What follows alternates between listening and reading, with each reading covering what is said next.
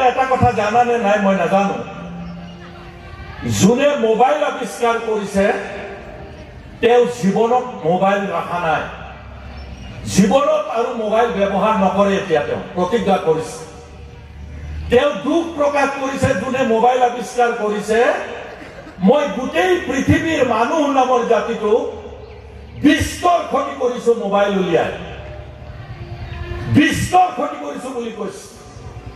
Mobile আৱিষ্কাৰকে আৱিষ্কাৰ কৰিলে, কিন্তু মোবাইলৰ লগত যিমান আধুনিক আৰু অত্যাধুনিক এপ সংযোজন কৰিছে, সেই সংযোজনে ল'ৰা ছোৱালীয়ে না মাক বাপেকৰ কথা শুনে, মাক বাপেকে না ল'ৰা ছোৱালীৰ কথা শুনে, বায়েক ভনীয়েক একেটা ৰুমতে আছে, ইজনীয়ে সিজনক চোৱা নাই, মাকে বাপেকে এটা ঘৰতে আছে, ইটোৱে সিটোৰ ফালে চোৱা নাই।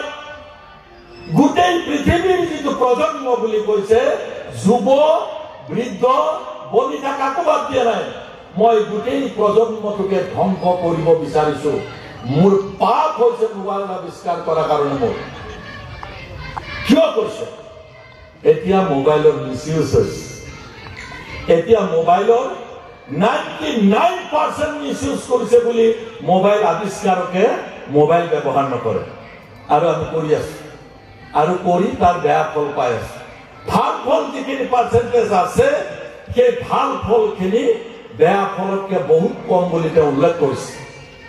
মই মোবাইল সম্পৰ্কে ছাত্ৰ ছাত্ৰীসকলক কৈছো, মোবাইল সম্বন্ধৰে এই পৃথিৱীত আমি কিবা কাম কৰিব পাৰিম নে নাজানো, কিন্তু প্ৰবাহমান এই আমি মানুহ নামৰ এই জীৱ সৃষ্টি হোৱাৰ পৰা আজিলৈকে মোবাইল আৱিষ্কাৰ হোৱালৈকে আমি কিন্তু ভালেই চলি আছো।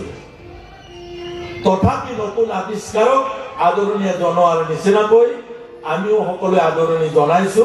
মই মোবাইল আৱিষ্কাৰকে কোৱা কথাকেইটাহে কলো।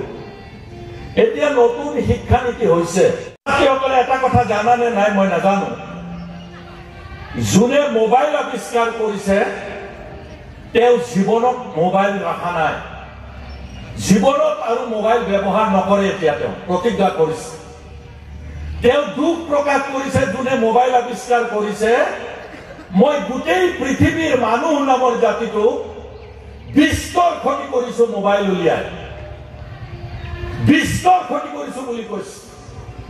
মোবাইল আৱিষ্কাৰকে আৱিষ্কাৰ কৰিলে, কিন্তু মোবাইলৰ লগত যিমান আধুনিক আৰু অত্যাধুনিক এপ সংযোজন কৰিছে, সেই সংযোজনে ল'ৰা ছোৱালীয়ে না মাক বাপেকৰ কথা শুনে, মাক বাপেকে না ল'ৰা ছোৱালীৰ কথা শুনে, বায়েক ভনীয়েক একেটা ৰুমতে আছে, ইজনীয়ে সিজনক চোৱা নাই, মাকে বাপেকে এটা ঘৰতে আছে, ইটোৱে সিটোৰ ফালে চোৱা নাই।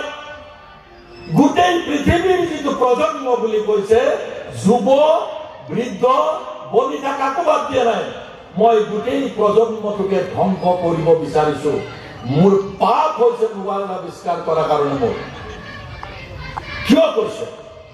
এতিয়া মোবাইলৰ মিছইউজ হৈছে, এতিয়া মোবাইলৰ 99% মিছইউজ কৰিছে বুলি মোবাইল আৱিষ্কাৰকে মোবাইল ব্যৱহাৰ নকৰে, আৰু আমি কৰি আছো, আৰু কৰি তাৰ বেয়া ফল পাই আছো। ভাল ফল যিখিনি পাৰ্চেণ্টেজ আছে, সেই ভাল ফলখিনি বেয়া ফলতকে বহুত কম বুলি তেওঁ উল্লেখ কৰিছে। মই মোবাইল সম্পৰ্কে ছাত্ৰ ছাত্ৰীসকলক কৈছো, মোবাইল সম্বন্ধৰে এই পৃথিৱীত আমি কিবা কাম কৰিব পাৰিম নে নাজানো, কিন্তু প্ৰবাহমান এই আমি মানুহ নামৰ এই জীৱ সৃষ্টি হোৱাৰ পৰা আজিলৈকে মোবাইল আৱিষ্কাৰ হোৱালৈকে আমি কিন্তু ভালেই চলি আছো।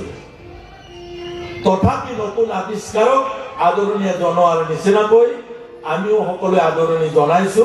মই মোবাইল আৱিষ্কাৰকে কোৱা কথাকেইটাহে কলো। এতিয়া নতুন শিক্ষানীতি হৈছে,